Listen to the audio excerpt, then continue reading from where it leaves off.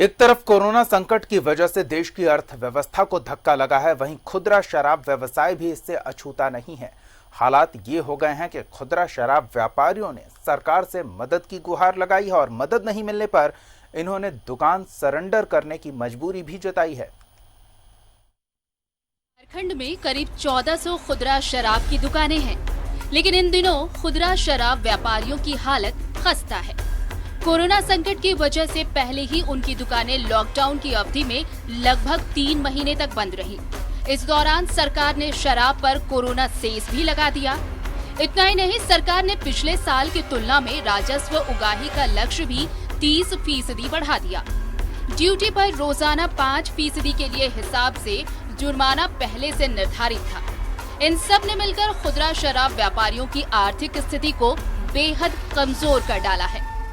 राजस्व देने में अगर किसी कोई भी देरी होती है तो उसे 5% प्रतिदिन के हिसाब से पेनाल्टी देती है। इसे 5% से घटाकर 0.5% किया जाए।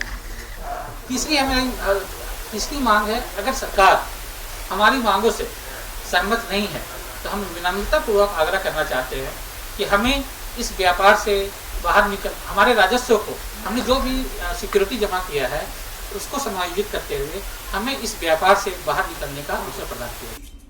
खुदरा शराब के धंधे में हो रहे नुकसान को देखते हुए शराब कारोबारियों ने विभागीय मंत्री से लेकर सचिव तक को अपनी फरियाद सुनाई, लेकिन अब तक उन्हें कोई राहत नहीं मिल सकी है।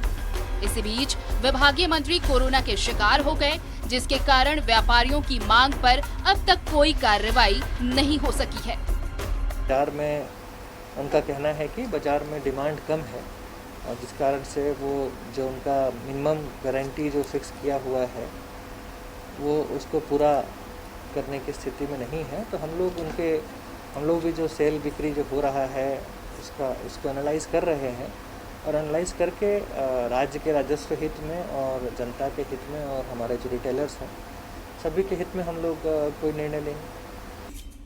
खुदरा शराब व्यापारियों का कहना है कि दूसरे राज्यों की तुलना में झारखंड में सर्वाधिक कर उगाही की जा रही है, जो इस व्यवसाय के लिए कहीं से भी मुफीद नहीं है।